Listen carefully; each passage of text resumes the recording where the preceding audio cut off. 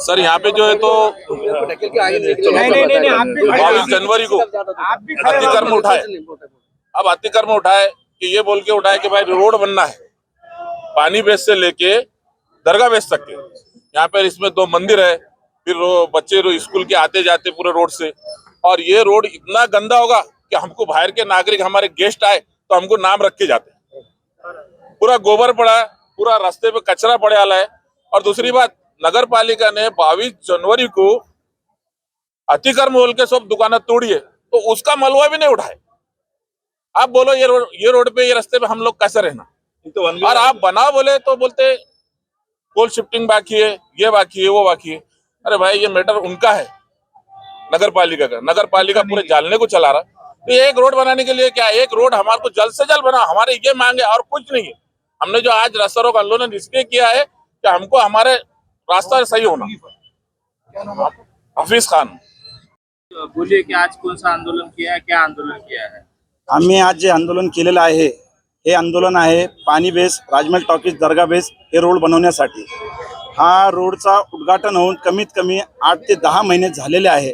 उद्घाटन माननीय माजी आमदार साहेब यांच्या हस्ते झालेलं आहे आणि काम थांबण्याचं कारण ते सांगत आहे आम्हाला की इलेक्ट्रिक पोल शिफ्टिंग नाही होत आहे, म्हणून आम्ही काम थांबलेलं आहे।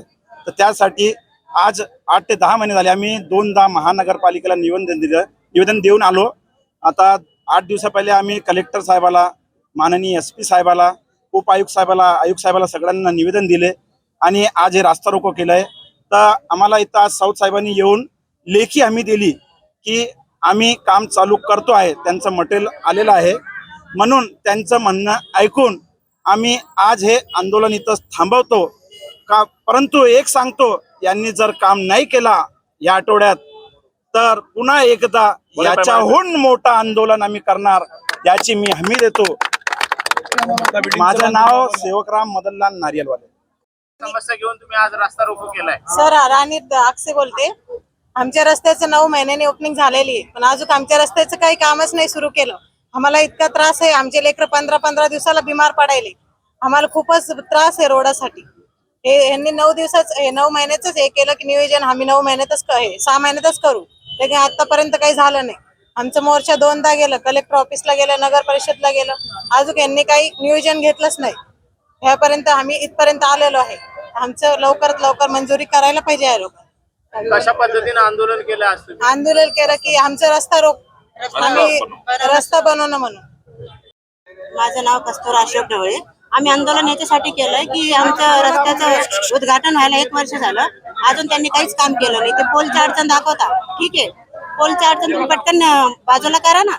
ते झालं की रोडचा रस्ता चालू होता। आम्हाला किती त्रास आहे, आमचे मुलं बिमार पडतात, कोणी गाडीवरनं आले की तिथं पटकी खायला लागली। रस्ता आम्हाला असं चालता येणार नाही पाऊस पडला की।